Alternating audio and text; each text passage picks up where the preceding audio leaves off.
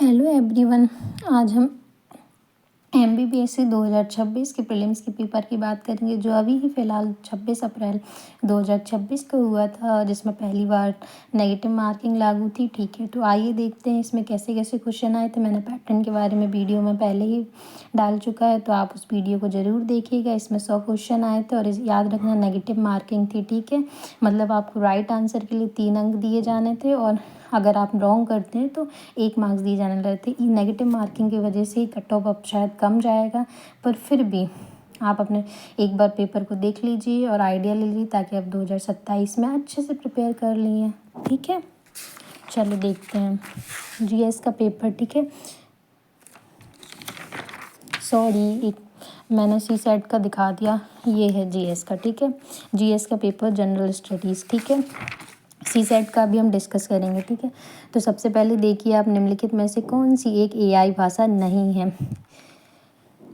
ठीक है, ये ICT से यूनिट 9 से आर्टिफिशियल इंटेलिजेंस शब्द का प्रयोग सर्वप्रथम किसके द्वारा किया गया था। AI आजकल चर्चा का मुद्दा देख लिया, इसलिए आया था। ICT है। LED एक डिजिटल डिस्प्ले है जिसका उपयोग कैलकुलेटर, घड़ियों आदि में किया जाता है। LED का मतलब है, देख लिए, फुल फॉर्म से पूछा है, ये भी ICT से। वेब ब्राउजिंग में URL का अर्थ है, ये भी ICT से है। उसके बाद किसी वेबसाइट के वेब पेज को HTML का उपयोग करके डिज़ाइन किया जा सकता है। HTML का मतलब होता है, ठीक है, ये भी फुल फॉर्म से ICT से है। ठीक है, मैं अभी आंसर नहीं बता रही हूँ, बाकी जब अपन कोर्स करेंगे तो मैं आंसर इन सब के बताऊँगी, पर अभी सिर्फ आइडिया के लिए मैंने डाला है। ठीक है, अनुज्ञा एक गवर्नेंस प्रणाली है जो अनुपत्ति प्रमाण पत्र प्रदान करती है। ठीक है, ये योजना है। ठीक है, तो गवर्नेंस से रिलेटेड योजना भी पूछी जा रही है। ठीक है, तो ये भी ICT से। कंप्यूटर में बायोस का मतलब होता है, ये भी ICT से। कंप्यूटर में रोम का मतलब होता है। देखिए, इस बार फुल फॉर्म से बहुत क्वेश्चन आते, टोटल 8 क्वेश्चन तो यहीं ICT के होगा। ठीक है, उसके बाद इस बार ये था ICT ईजी था। ठीक है, उसके बाद है ऑप्टिकल फाइबर केबल का उपयोग उच्च गति और लंबी दूरी के डेटा ट्रांसमिशन के लिए किया जाता है। ऑप्टिकल फाइबर की स्प्लाइसिंग का अर्थ है। ठीक है, तो ये भी ICT से है। ठीक है, एक बात हमेशा याद रखना, आपको ना कुछ शब्द इंग्लिश के भी पता होना चाहिए, इससे क्या आपको आसानी होती है। कई बार ऐसा रहता है क्वेश्चन हिंदी में नहीं समझ में आता, लेकिन इंग्लिश में बहुत जल्दी समझ में आता है। थोड़ी बहुत आपकी इंग्लिश भी अच्छी होनी चाहिए, खासकर ICT और साइंस एंड टेक के लिए। ठीक है, ई-मार्ग एक गवर्नेंस समाधान है, देख लीजिए, ये भी योजना है। ठीक है, ई-मार्ग। ठीक है, तो इससे भी आए थे, तो टोटल 10 क्वेश्चन हो गए। ठीक है, ICT के। उसके बाद CSIR राष्ट्रीय भूभौतिकी अनुसंधान संस्थान किस शहर में स्थित है। संस्थान से भी मैंने बताया था। उसके बाद 1980 के दशक के प्रारंभ में प्रक्षेपित वह कौन सा भारतीय संचार उपग्रह था जो इनसैट श्रृंखला का पहला पूर्णतः कार्यशील उपग्रह बना है और भारत की दूरसंचार एवं प्रसारण सेवाओं को सुदृढ़ किया। मैंने बोला था ना, जितने भी लॉन्च होते हैं ये सब पूछे जाते हैं, खासकर इस एग्ज़ाम का या किसी भी एग्ज़ाम का ये पैटर्न है कि अगर कोई चीज़ पहली बार होती है, पहला, तो वो हमेशा फिर हिस्ट्री तक उसको याद करना पड़ता है। जैसे पहले राष्ट्रपति, पहले उपराष्ट्रपति, पहले CM, हर चीज़ से पहली महिला CM, या वो ऐसे क्वेश्चन। ठीक है, कम कार्यकाल के, ज़्यादा कार्यकाल के, ये सब चीज़ें मतलब इम्पोर्टेंट रहती हैं GS में। तो ये देखिए, ये भी यूनिट 7 से, ये भी यूनिट 7 से है। ठीक है, उसके बाद है चंद्रयान 3 को कहाँ से प्रक्षेपित किया गया और इसके लैंडिंग स्थान की विशेषता क्या थी। आपको पता है चंद्रयान 3 बहुत ही मतलब हाईलाइट था। ठीक है, तो इससे भी क्वेश्चन आया, तो ये भी यूनिट 7 से है। इंटरनेशनल हीट वेव वर्कशॉप 2026 का आयोजन कब हुआ। ये है तो वैसे पर्यावरण से, पर ये करंट से रिलेटेड है। ठीक है, उसके बाद मानव मस्तिष्क का कौन सा भाग तापक्रम नियंत्रण के लिए उत्तरदायी है। ये साइंस से, देख लीजिए, बायोलॉजी से आया, मानव शरीर से। सतत विकास के लिए 2030 एजेंडा के अनुसार कितने लक्ष्यों को निर्धारित किया गया। SDG मैंने बोला ही था, बहुत इंपॉर्टेंट है, तो ये भी यूनिट 7 से है। उसके बाद है नमूना पंजीकरण प्रणाली के अनुसार भारत में 2020 में 5 वर्ष से कम आयु के शिशुओं में मृत्यु दर क्या रही है। ठीक है, ये करंट का है, पर है ये यूनिट 7 का ही। ठीक है, विज्ञान की कौन सी शाखा ऋतु तथा वायुमंडलीय परिस्थितियों के अवलोकन, समझ और पूर्वानुमान से संबंधित, ये भी यूनिट 7 से है। जून 2025 में ग्रुप कैप्टन शुभांशु शुक्ला ने भारत की अंतरिक्ष यात्रा में एक बड़ा मील का पत्थर हासिल करके इतिहास रच दिया। ऐतिहासिक उपलब्धि क्या थी। ये देखिए, ये तो बहुत चर्चा का विषय रहा था, ठीक है, कैप्टन सुधांशु शुक्ला का। ये तो जो पढ़ के जो इंसान तैयारी भी नहीं कर रहा वो भी बता सकता था, जो न्यूज़पेपर डेली पढ़ता हुआ, ठीक है, वो भी। तो ऐसे क्वेश्चन आते हैं, ये भी यूनिट 7 से है। उसके बाद देखिए, यदि माता पिता दोनों में से एक सिकल सेल रोग वाला और एक सिकल सेल रोग वाहक वाला होगा तो उनके कितने प्रतिशत बच्चे सिकल सेल रोग वाहक वाले हो सकते हैं। देख रहे हैं आप, ये भी सिकल सेल से पिछले बार भी है, तो मैंने बोला ना धीरे धीरे ये इंपॉर्टेंट टॉपिक बनते रहे। देखिए, अब यूनिट 7 में पूरे 10 क्वेश्चन हो गए। कौन कौन से हो गए देखो, स्टैटिक के पूछ लिए, संस्था से पूछ लिए, उपग्रह लॉन्चिंग वगैरह से पूछ लिए, करंट के कुछ मुद्दे हो गए, बायोलॉजी से पूछ लिए, ठीक है, सिकल सेल से। तो ये एक आइडिया मतलब आपको लगता जाएगा। उसके बाद देखिए, अस्सीगढ़ की पहाड़ियाँ स्थित है, ये एमपी ज्योग्राफी से। चंबल बेसिन में निम्नलिखित में से कौन सी मिट्टी पाई जाती है, ये भी एमपी ज्योग्राफी से। बालाघाट का बैयर पठार किस खनिज की सिंचाई के लिए प्रसिद्ध है, ये भी एमपी ज्योग्राफी से है, ठीक है। उसके बाद देखिए, डोंगला मीन टाइम को भारतीय खगोलविदों द्वारा एक नए मानक समय के रूप में स्थापित करने की दिशा में शोध किए जा रहे हैं। डोंगला ग्राम मध्य प्रदेश के किस जिले में स्थित है, ये एमपी करंट से है, मतलब यूनिट 8 से, ठीक है। सूची 1 और सूची 2 से सम्मिलित कीजिए तथा नीचे दिए कूट की मदद से सही उत्तर का चयन कीजिए। देखिए, सिंचाई परियोजनाएं हैं और नदियां हैं, ठीक है। ये क्वेश्चन भी आपको इजीली बन जाएगा। उसके बाद है सूची 1 सूची 2 से सम्मिलित कीजिए तथा नीचे दिए गए कूट की मदद से सही उत्तर का चयन कीजिए, ठीक है। नदियां हैं, उसकी सहायक नदियां, ये क्वेश्चन भी आपसे बन जाएगा। देखिए, जनगणना, मैंने बोला ना जनगणना एक तो अभी 2027 की होने वाली, तो वैसे ये मतलब करंट में हाईलाइट बना हुआ है और प्लस पूछता ही हर साल सिलेबस में दिया हुआ है। तो जनगणना 2011 के अनुसार जिलों का दशक 2001-2011 में जनसंख्या वृद्धि का सही अवरोही क्रम देख लीजिए। अवरोही क्रम, मैंने कहा था ना आपको पता होना चाहिए अवरोही क्रम और आरोही क्रम के बारे में। मध्य प्रदेश में पहला शक्कर कारखाना कहाँ स्थापित हुआ था, देख लीजिए। पहला, मैंने बोला था ना पहला, ये ऐसे क्वेश्चन आते हैं, ठीक है।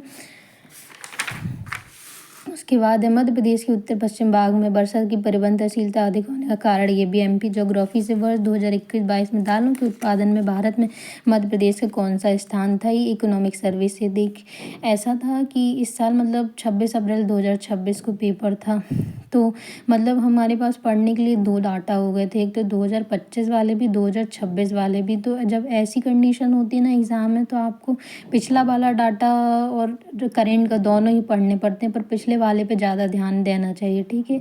तो इसलिए जब भी ऐसी कंडीशन आए तो आप थोड़ा ध्यान रखें, ठीक है। सन 2011 की जनगणना के अनुसार मध्य प्रदेश में देश की अनुसूचित जनजाति की जनसंख्या कितना प्रतिशत है, ये देख लीजिए जनगणना से। आदिवासियों का परंपरागत संगीत वाद्य गुदुम बाजा निम्नलिखित में से मध्य प्रदेश के किस जिले से संबंधित है, ये भी एमपी जनजाति से, ठीक है।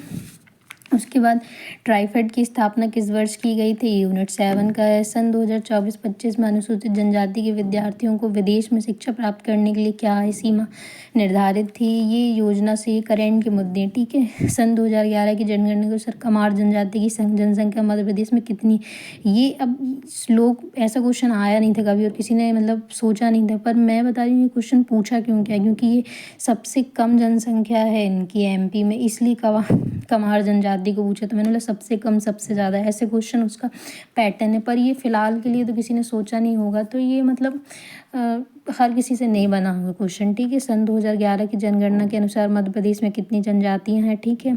ये देखिए, विशेष रूप से कमज़ोर जनजातियों को छोड़कर, मैंने बोला था 24 में पूछा विशेष पिछड़ी जनजाति से, 25 में भी पूछा, 26 में भी पूछा, ठीक है। तो आप देख रहे हैं, अब तो आपको समझ में आ रहा होगा कि कैसे एनालिसिस होता है। इंदल पूजा का संबंध मध्य प्रदेश की किस जनजाति से, एमपी जनजाति। संविधान की किस अनुसूची के प्रावधान के अनुसार राज्यों में जनजाति सलाहकार समिति का गठन किया गया, एमपी जी के भी समझ लीजिए और पॉलिटी का है, ठीक है, क्योंकि हमको पता है जनजाति से रिलेटेड संवैधानिक प्रावधान दिया, ठीक है। नेतम शब्द का संबंध है, ये भी जनजाति से है। गौड़ जनजाति में शब्द बारी का संबंध है, ये भी जनजाति से है। ये जो क्वेश्चन है ना, ये अदर एमपीपीएससी के अदर एग्जाम में रिपीटेड है, इसलिए एमपीपीएससी ऐसा ही करता है, वो खुद के जो पेपर हैं उससे पूछ लेता है या अदर पीएससी से पूछा या खुद ही के ही रिपीट हो जाएंगे। आप आगे देखना, उसके खुद ही पिछले ईयर के कुछ क्वेश्चन रिपीट है। बंकिम चंद्र चटर्जी के उपन्यास आनंद मठ के अनुसार किस पात्र के द्वारा वंदे मातरम गीत गाया गया था। अब आप सोचेंगे वंदे मातरम वैसे ही अभी चर्चा का विषय था करंट अफेयर में, तो इससे रिलेटेड एक ना एक क्वेश्चन बनना ज़रूरी था। तो इसलिए आप समझ रहे हैं आपके करंट के मुद्दे कितने इम्पोर्टेंट हैं, इसलिए क्वेश्चन पूछा, ठीक है। उसके बाद है मध्य प्रदेश की निम्नांकित जनजातियों को उनकी उप जनजातियों से सम्मिलित कीजिए। ये भी इजी था। जनजाति से निम्नांकित लोकगीतों को उनकी विशेषताओं से सम्मिलित कीजिए। ये भी एमपी का है, ठीक है, जनजाति से। उसके बाद मध्य प्रदेश में नर्मदापुरम जिले के आदमगढ़ पुरास्थल के विषय में निम्नलिखित में से कौन सा तथ्य असत्य है, ठीक है। तो आप देख लीजिए मतलब जो स्थल है उससे भी पूछे जाते हैं। तो आप देखिएगा यहाँ पे इस पुरास्थल पर BS बाकड़कर द्वारा पुरातत्व उत्खनन किया गया था। मैंने बोला था ना BS बाकड़कर इम्पोर्टेंट पर्सन है MPPSC के इसमें। तो ये व्यक्ति बहुत इंपॉर्टेंट है, इसके बारे में सब जानना। तो यही इसका आंसर आएगा, ठीक है। मध्य प्रदेश में निम्नलिखित में से कौन सा स्थल विश्व धरोहर स्थल के रूप में मान्यता प्राप्त है। ये भी याद रखना क्योंकि लिखा विश्व धरोहर स्थल सिलेबस में स्पेसिफिक, ठीक है। मौर्य सम्राट अशोक का व्यक्तिगत नाम मध्य प्रदेश के प्राप्त किस लघु शिलालेख में मिलता है। ये भी MPGK से है। खजुराहो स्थित जगदम्बी मंदिर की प्रमुख विशेषताओं में निम्नलिखित में से कौन सा तथ्य असत्य, याद रखना असत्य है, ठीक है। खजुराहो भी इम्पोर्टेंट है MPGK में, ये याद रखना। निम्नांकित बोलियों को उनसे संबंधित जनजातियों क्षेत्र से सम्मिलित, ये MP जनजाति से है। फिर उसके बाद मध्य प्रदेश के निम्नांकित साहित्यकारों को उनकी कृतियों से सम्मिलित कीजिए। मध्य प्रदेश साहित्य का स्पेशल लिखा है सिलेबस में। मालवा की माच लोक रंग शैली को वर्तमान में प्रदर्शनकारी विधा के रूप में बदलने का श्रेय किसे दिया जाता है। माच आपको पता है मतलब राज्य लोक नाट्य है, ठीक है, इसलिए पूछा है। 14 जनवरी 2026 को सर्जियो गौर ने भारत में किस देश के राजदूत के रूप में कार्यभार संभाला, ठीक है, USA। अभी क्या है, वैसे ही ईरान और USA और इसराइल के बीच में युद्ध चल रहा है, तो बहुत ही चर्चा का विषय बना था, इसलिए करंट में ही क्वेश्चन पूछा गया था, ठीक है। 2026 का महिला T20 वर्ल्ड कप किन देशों द्वारा आयोजित किया जाएगा। मैंने बोला था ना, खेल से रिलेटेड जितने भी होते हैं वो पूछे जाते हैं।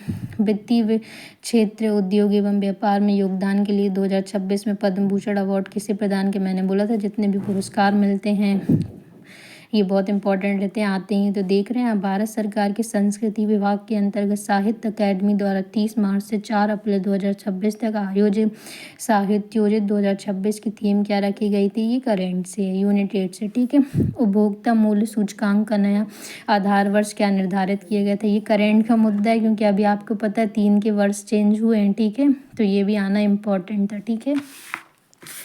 3 चीज़ों के आधार वर्ष चेंज हुए हैं ना। संयुक्त राष्ट्र द्वारा वर्ष 2025 को किस अंतर्राष्ट्रीय वर्ष के रूप में घोषित किया गया है। ये भी करंट का यूनिट 8 से। मलखम्ब खेल के लिए मध्य प्रदेश सरकार द्वारा दिए जाने वाला पुरस्कार, मैंने बोला था पुरस्कार से क्वेश्चन आते ही हैं। मोहन नागर को वर्ष 2026 में पद्मश्री सम्मान किस क्षेत्र में उत्कृष्ट योगदान के लिए प्रदान किया गया था। मैंने बोला था सम्मान से भी आते हैं क्वेश्चन। सुमन सखी चैटबॉट किस क्षेत्र में डिजिटल पहल का उदाहरण है। ये चैटबॉट भी आजकल लॉन्च हो रहे हैं बहुत सारे, तो इससे भी पूछता है। ये भी करंट का मुद्दा, यूनिट 8 से। उसके बाद स्वस्थ नारी सशक्त परिवार अभियान का शुभारंभ प्रधानमंत्री द्वारा कहाँ से किया गया था। ये MP करंट से, यूनिट 8। भारत की सबसे लंबी झील कौन सी है, ज्योग्राफी से है। कुमाऊं हिमालय का सबसे ऊंचा शिखर कौन सा, ये भी ज्योग्राफी से है, यूनिट 3 है ना। निम्नलिखित में से कौन सी नदी का प्राचीन नाम अस्कनी है। तो कई बार कई एग्जाम में रिपीटेड है, ठीक है। ये भी ज्योग्राफी हिस्ट्री दोनों कह लीजिए, समझ लो दोनों में पढ़ेंगे क्योंकि अपन ये, ठीक है। उसके बाद अक्टूबर 2025 में किस प्रचंड चक्रवाती तूफान ने भारत के पूर्वी तटीय भागों को प्रभावित किया था। मैंने कहा था ना, जब से उसने सिलेबस में चक्रवात दे दिया है तब से वो 24 में भी पूछा, 25 में भी पूछा, 26 में भी पूछ रहा है। तो अब कभी भी ध्यान रखना, कोई भी चक्रवात आता है करंट में तो वो याद रखना है आपको, ठीक है। भारत वन स्थिति रिपोर्ट 2023 के अनुसार राज्य वनों के अंतर्गत क्षेत्र में देश के शीर्ष 3 राज्य कौन से थे। मैंने कहा था ना, भारत वन स्थिति रिपोर्ट से भी क्वेश्चन आते हैं। पिछले पेपर्स में 2021 से पूछा था, अभी 2023 में नई आ गई क्योंकि हर 2 साल में आती है, तो नई आ जाएगी और उससे पहले वाली, दोनों को याद करना पड़ता है, ठीक है। कई बार होता है कि पुराना पूछ लेता है। दिए गए कथनों के आधार पर नीचे दिए गए कूट से सही उत्तर चुनिए। ये भी MP ज्योग्राफी से, ठीक है। ये पूछ रहा है आजकल जलवायु घटनाओं जनगणनाओं से, ठीक है। क्वेश्चन तो पढ़ें अच्छे से। उसके बाद वर्ष 2011 की जनगणना के अनुसार देश में किस राज्य की जनसंख्या घनत्व न्यूनतम थी, ये भी इम्पोर्टेंट है। जनगणना मैंने कहा था कम से कम आप देख रहे हैं 4 से 5 क्वेश्चन ही हो गए जनगणना के। भारतीय खनिज वर्ग पुस्तक 2022 के अनुसार मैग्नीज के उत्पादन में कौन सा राज्य देश में द्वितीय स्थान पर था, ठीक है। ये भी है यूनिट 8 का है। इकोनॉमिक सर्वे और बजट ये सब इम्पोर्टेंट है, भारत का भी और एमपी का भी, क्योंकि आजकल पूछ रहे हैं डाटा। आप देखना आगे डाटा भी आएंगे। वर्ष 2023 में चावल उत्पादन के आधार पर देश के प्रथम 4 राज्यों का सही आरोही देख लीजिए, आरोही क्रम। अब आप सीख लें आरोही और अवरोही का मतलब। दिसंबर 2025 तक नवीकरणीय ऊर्जा की स्थापित क्षमता में निम्नलिखित राज्यों का सही आरोही क्रम कौन सा। अब आप किसी को पता ही नहीं है आरोही क्रम क्या होता है तो वो आंसर ही क्या करेगा इसका, ठीक है, भले उसने कितना भी पढ़ा हो। तो एक बार पैटर्न समझिए, ठीक है। उसके बाद आप कोर्स से जुड़ेंगे तो आपको वो सब चीज़ें बहुत आसानी से होंगी।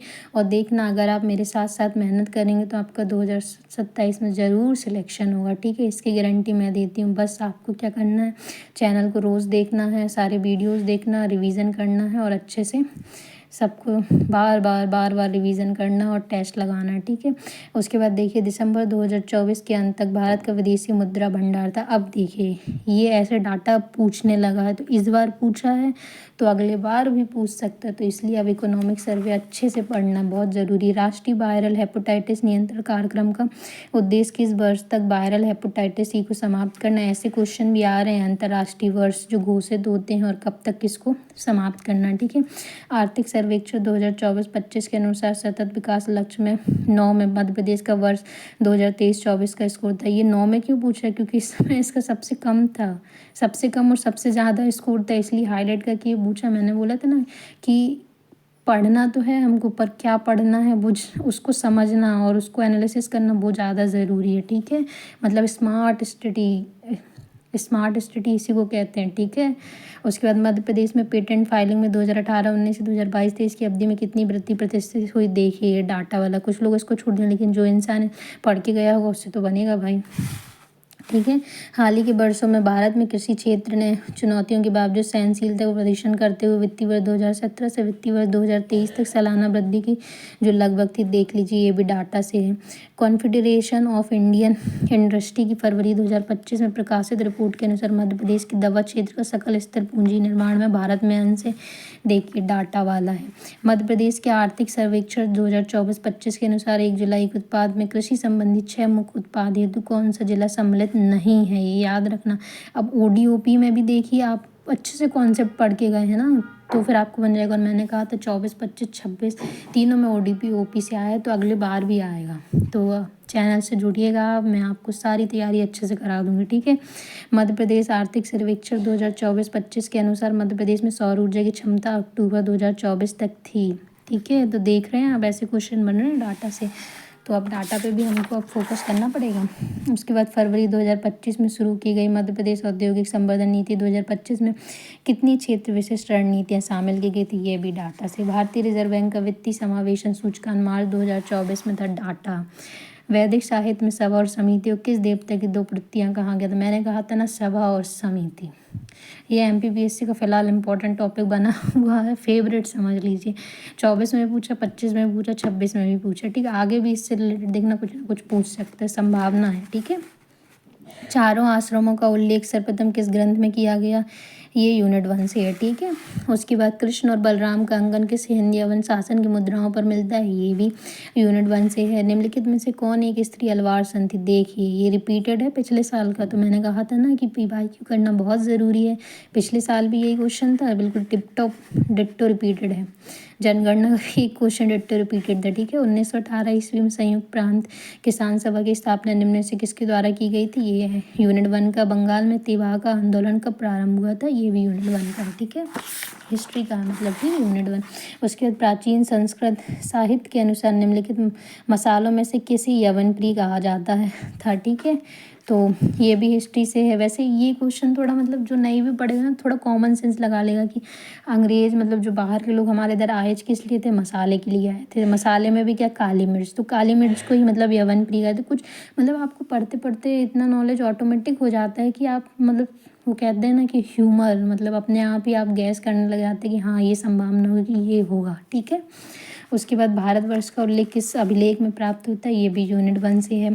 दस्तावेज the philosophy of the bomb किसके अनुरोध पर भगवती चरण बोहरा ने तैयार किया था और हर मुद्दे पर उससे चर्चा की थी, यूनिट 1 से। द सीक्रेट डॉक्ट्रिन का खालिस्तान डॉक्ट्रिन की लेखक कौन थी, ठीक है, ये भी यूनिट 1 से है। उसके बाद निम्नलिखित में से कौन सा मध्य प्रदेश में ग्राम पंचायत का अनिवार्य कार्य नहीं है, ये भी आप बेसिक लगा सकते हैं पर आप पॉलिटी में पढ़ेंगे ये, ठीक है।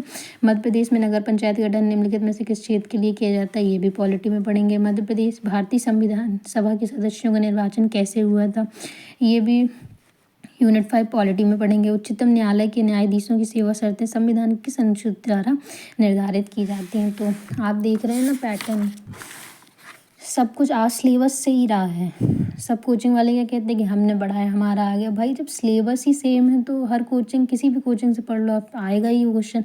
पर ये है कि आप क्या करते हैं बाजारी करा टाइप का, इसके भी वो कहते हैं ना वो कामदेव की वो बाढ़ चलता तीर वाला, जिसमें सब मोह में लिपट जाते हैं कि अरे ये कोचिंग अच्छी है, कोचिंग अच्छी, ये सब कुछ नहीं है। आप किसी भी कोचिंग से पढ़िए पर उसको ही रेगुलर फॉलो कर दीजिए, क्योंकि सिलेबस वही पढ़ाएंगे, वो भले आगे पीछे पढ़ाएंगे। तो विश्वास करके एक ही जगह पे जाइए, मतलब अपना डायरेक्शन एक ही रखिए, फोकस एक ही रखिए कि मैं इस कोचिंग से जुड़ा हूँ तो अंत तक वहीं रहूँगा, ठीक है। फिर देखना आपका सिलेक्शन कैसे नहीं होता। उसके बाद देखिए राज्य के नीति निर्देशक सिद्धांत से संबंधित भाग 4 में 42वें संविधान संशोधन अधिनियम द्वारा निम्नलिखित में से कौन सा अनुच्छेद नहीं जोड़ा गया, देखो नहीं पूछा है। संसद के संविधान संशोधन के अधिकार को प्रथम चुनौती निम्नलिखित में से किस केस के द्वारा प्राप्त हुई थी, देखो ये मूल ढांचे से पिछले बार भी पूछा था, इस बार भी पूछा है। तो ये 6th सेंस है, ठीक है, ह्यूमर डेवलप हो जाता है पेपर देते देते और पढ़ाई करते करते। मध्य प्रदेश के राज्यपाल के बारे में निम्नलिखित में से कौन सा सही नहीं, देखो इस पर भी सही नहीं पूछा, ठीक है। उसके बाद निम्नलिखित में से किस कार्य के निष्पादन में लोकसभा और राज्यसभा को समान अधिकार प्राप्त है, ये भी यूनिट 5 से पॉलिटी से। निम्नलिखित में से किस आयोग को एंग्लो इंडियन समुदाय के अधिकारों और हितों की रक्षा का विशेष दायित्व दिया गया था, ये भी पॉलिटी से। मध्य प्रदेश विधानसभा के सत्रों के विषय में निम्नलिखित में से कौन सा कथन असत्य है, ये भी पॉलिटी से, MP पॉलिटी से। तो ये पूरे 100 क्वेश्चन हो गए।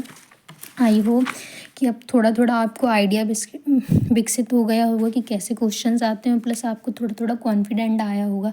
और मैं हमेशा से कह रही हूँ आपको कि सिलेबस को फॉलो करिए, सिलेबस आपको पूरा याद होना चाहिए प्रीलिम्स और मेंस का, क्योंकि सिलेबस ही बताया था है कि आपको क्या पढ़ना है। और आपने ये चीज़ देखा होगा कि प्री में हमारे लिए इम्पॉर्टेंट सबसे ज़्यादा MP है, क्योंकि MP के पूरे 5 यूनिट आते हैं। तो आप देख सकते हैं कि इसमें 44 मार्क्स की MP आई है, ठीक है। उसके बाद आजकल डाटा से भी पूछ रहा, मतलब इकोनॉमी में भी पूछ रहा है। पर मैंने हमेशा ही आपको कहा कि हमको 80% चाहिए, 80% हमारे बस में है, बाकी 20% तो किसी से नहीं बनेंगे, ठीक है। तो आई होप आपको इससे बहुत कुछ सीखने को मिला होगा और मैं उम्मीद करती हूँ कि आपका थोड़ा थोड़ा विश्वास बढ़ा होगा मेरे प्रति। तो मैं आपसे मतलब एक बोलना चाहिए अपील कर रही हूँ कि चैनल से जुड़िए, चैनल को सब्सक्राइब कीजिए और भी लोगों को शेयर कीजिए और जुड़िए मेरे साथ और अपने सपने को पूरा कीजिए। Thanks for watching, like share and subscribe.